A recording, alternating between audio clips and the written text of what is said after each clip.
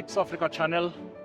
We are here at the IBT Summit with the Minister of Human Settlement, Thembi Simelane. Good morning. Good morning, and thank you very much for inviting me to BRICS TV. You're welcome. Minister, what is the aim of this IBT Summit?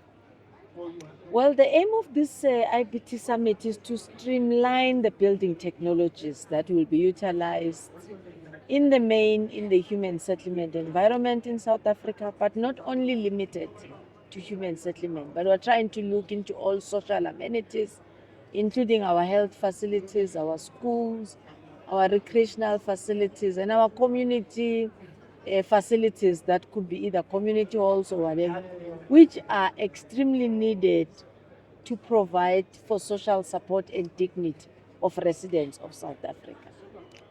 What is your role or the role of your department that it expects from the IBT Summit in the delivery of adequate housing? We do believe that for others to even be able to plug in, there has to be a human settlement which provides a house, which provides a formalized township. In the formalized township, therefore, you will have a school where children will then be able to live from home and go to school, live from home to a recreational facility or to a health facility when it is needed. So we are championing the summit in a way that we are converging all the stakeholders and key partners who makes innovation practical and possible to deal with our backlog in all the streams, particularly in the human settlement.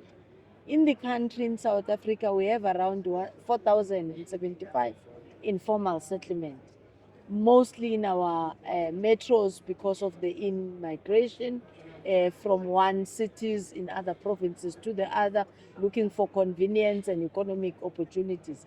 And this has put pressure in terms of the metros that are housing our residents, and it needs us to respond with speed to be able to house the people. But we're facing inclement weather patterns as well, which we experience floods extremely, which destroys infrastructure like roads, schools, houses, and etc. So for us to be able to rebuild, we need to do that promptly. What have we learned from other partners in this country and everywhere else globally is how fast and prompt they can be. On average, it takes around 14 to about 28 days for a house to be handed over to a beneficiary. And currently, we have a huge backlog on our system of people who are expecting houses. So we want to accelerate that and diversify our building systems from the traditional way of doing things, but globally look into what houses are sustainable and durable in the time of floods, in the wet conditions, or in the dry and hot conditions. Minister has actually answered 3 of my questions because we dealt with technology, innovation, we dealt with the private-public partnership. Oh, yes. And I understood that synergy. We spoke about issues that include current or recent floodings in Mpumalanga, Limpopo, and KZN. And the minister has already explained what structures are in place. But let us speak or talk on regulations. You've got a beautiful regulatory body, NHPLC. Yes. But there is still a need or a feeling that the train is moving too slow in terms of changing of regulations. I think this is just but one key aspect of the summit. Yeah. We also had pre-summit with various industries and various streams. The financiers who are already on board. If you walk around, you will see, even with some of our exhibitors, their material has already been tested by Agrima and our Department of Public Works, which is the custodian of norms and standards of building in the country, our Bureau of Standards, so that even if it's a privately built house, it can be financed by the commercial banks. Okay. But also then that assists you to accelerate, but also create a wide basket. We've got houses which we provide as government for free.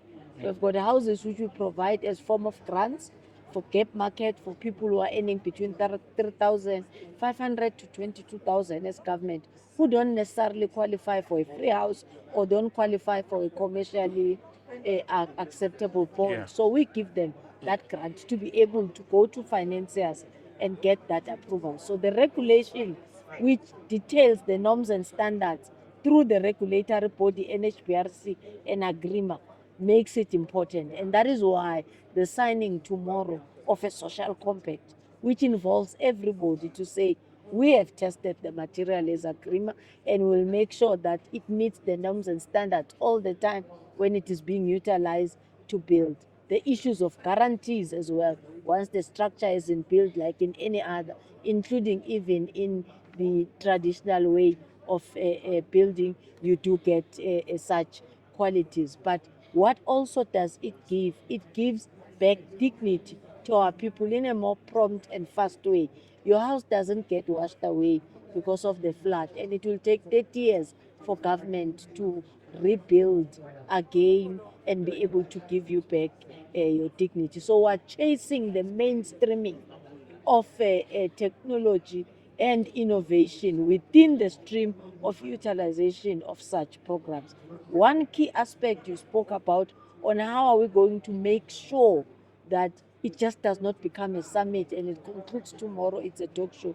In our budgeting in April, hence this is a pre-SONA, which is a pre-State of the Nation address activity, is for us therefore to budget at least no less than 5% of our human settlement development grant to all the provinces to begin to roll out.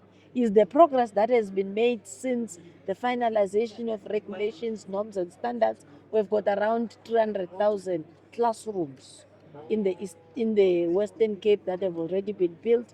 Gauteng, we also have got houses that have been built, and in the KwaZulu Natal.